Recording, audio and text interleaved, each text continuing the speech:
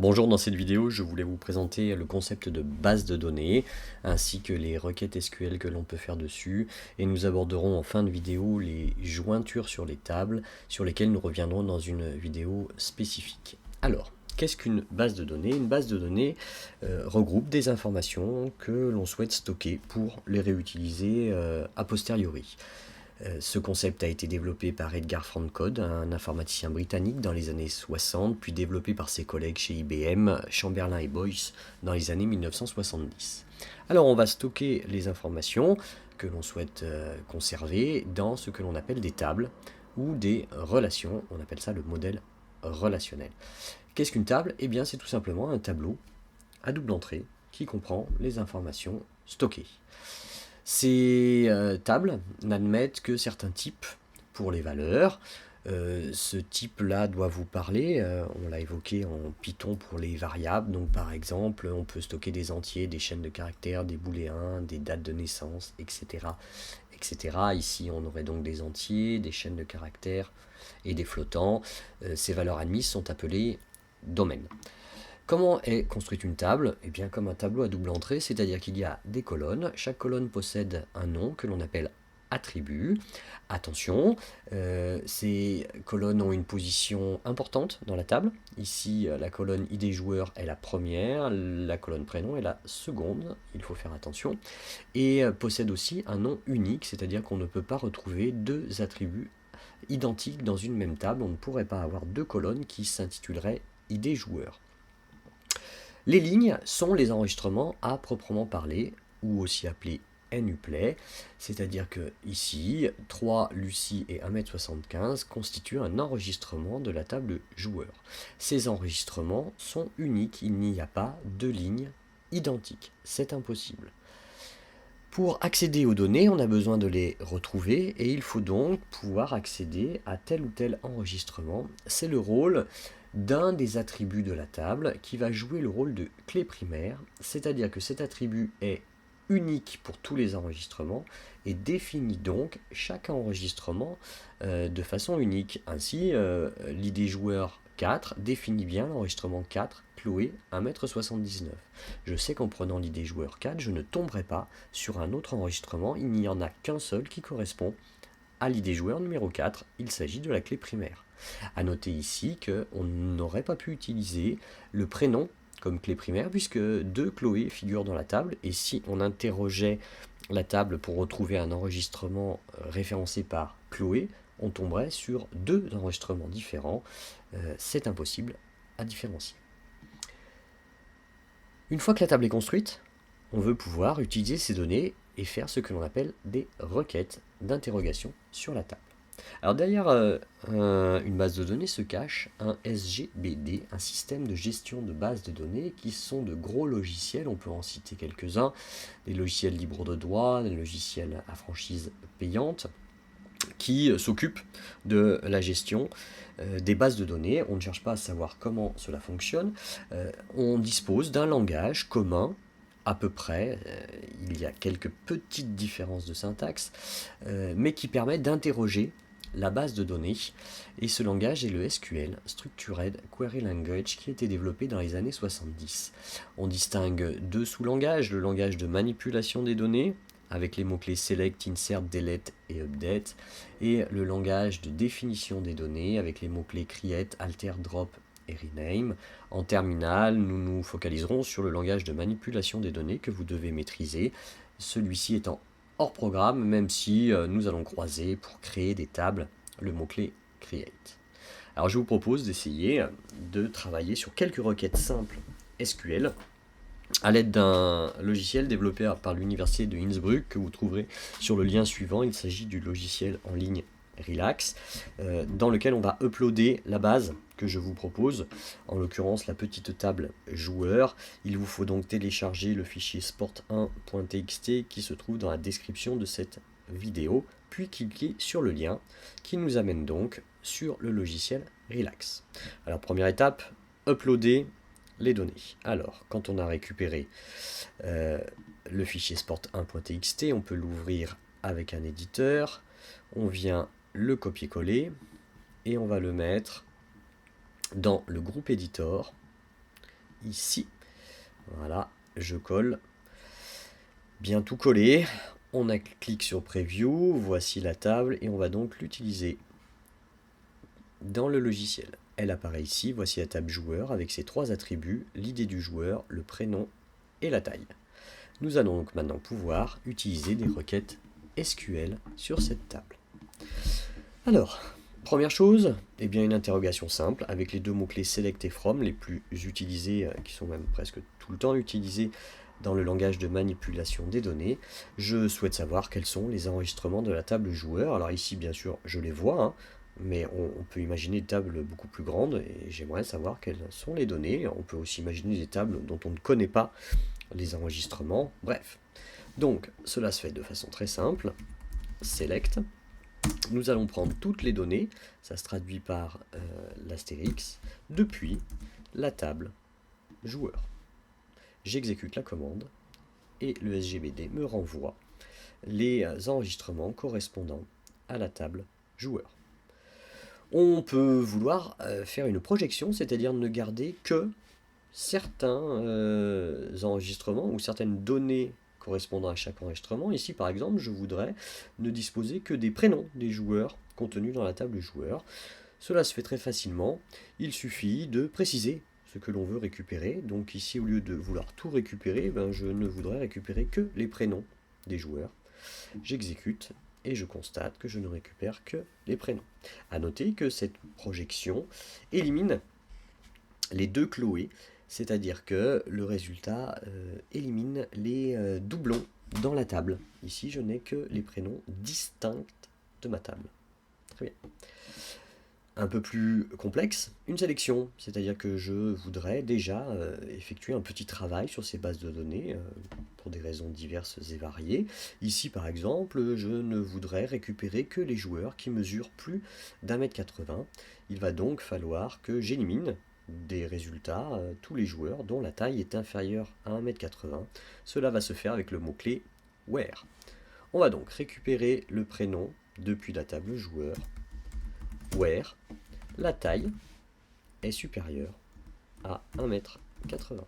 J'utilise bien un point et non pas une virgule. J'exécute et le logiciel me renvoie donc les 3 enregistrements dont la taille fait plus d'1m80. Je pourrais vouloir m'en assurer, et dans ces cas-là, je vais sélectionner les prénoms et la taille des joueurs. J'ai donc bien les joueurs dont la taille est supérieure à 1m80. On appelle cela une sélection.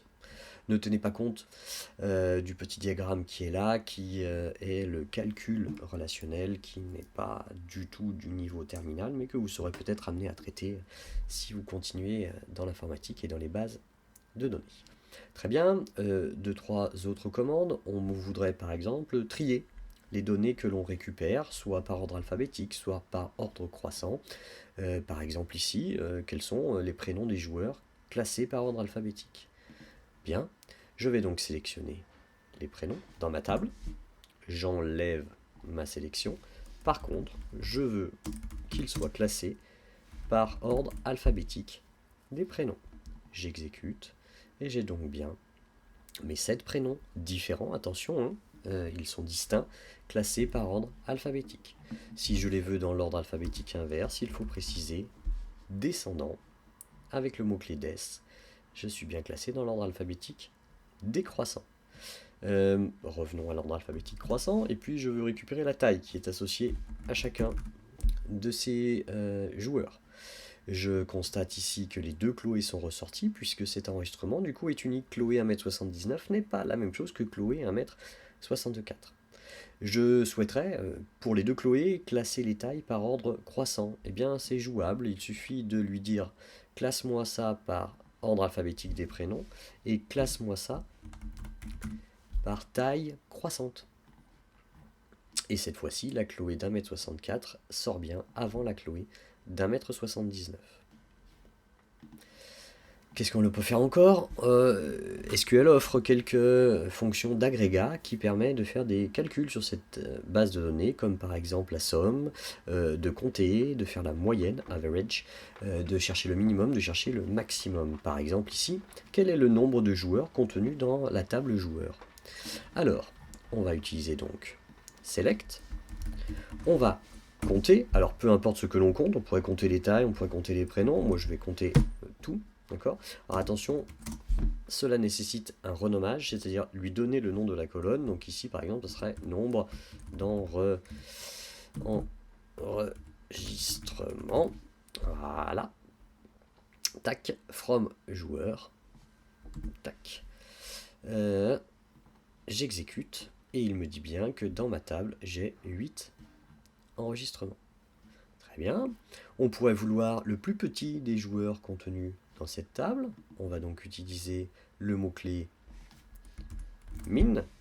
Alors par exemple, alors là il faut faire attention puisque ce sera le min sur la taille. Hein. Je ne peux pas mettre n'importe quoi puisque il va chercher le minimum des tailles et on va l'appeler donc le plus petit des joueurs.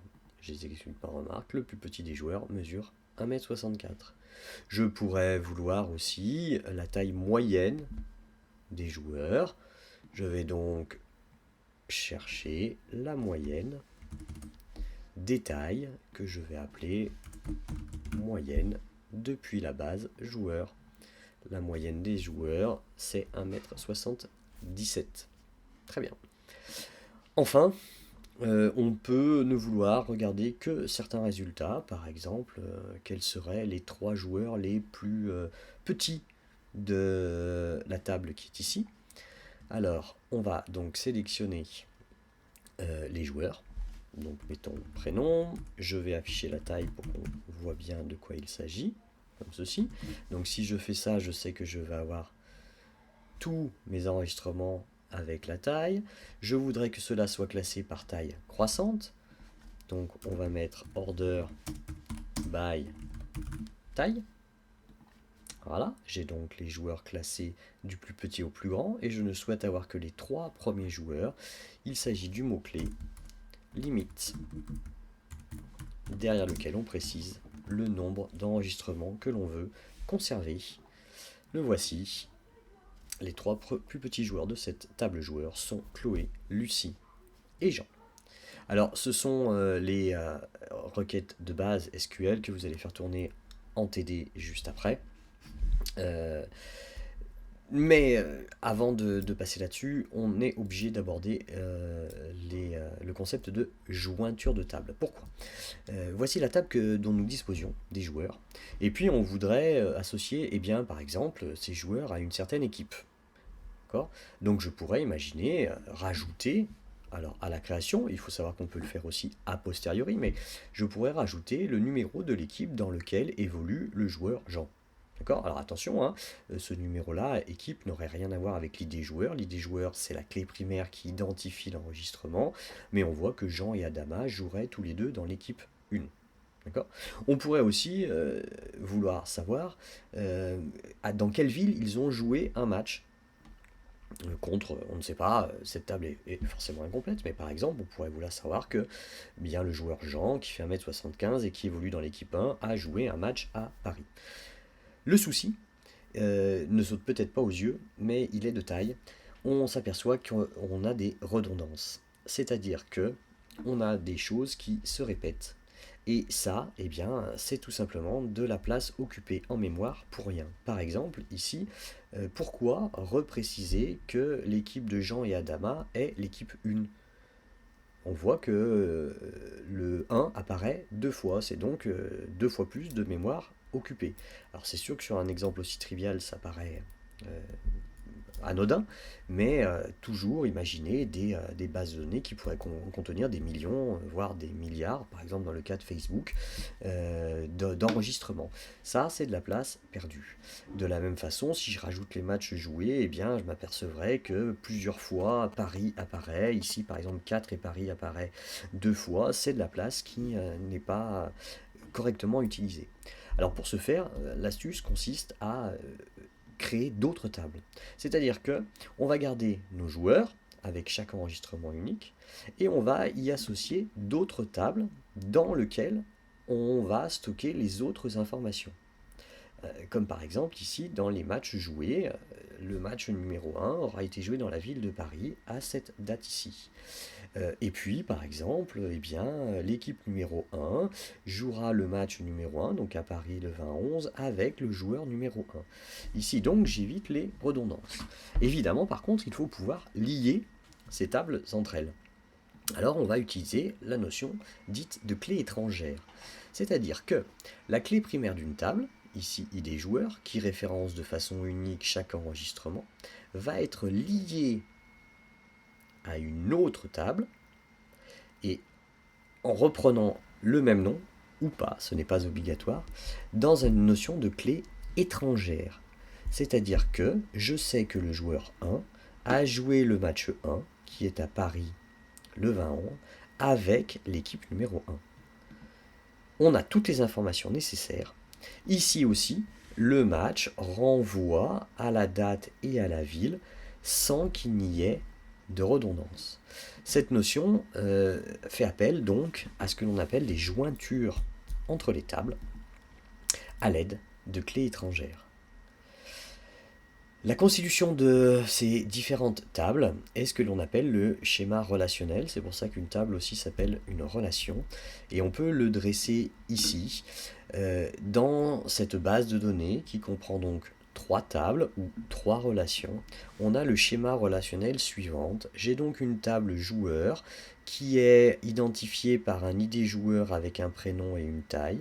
Une table match qui est référencée par une clé primaire match, une ville et une date, et une table équipe qui est référencée par un ID unique équipe et qui fait appel aux tables match et aux tables joueurs à l'aide des 2 clés étrangères qui sont ici.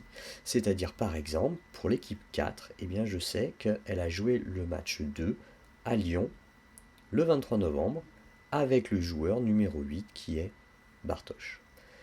Nous allons revenir dans une deuxième vidéo sur la façon d'appeler et de récupérer les informations en présence de plusieurs tables.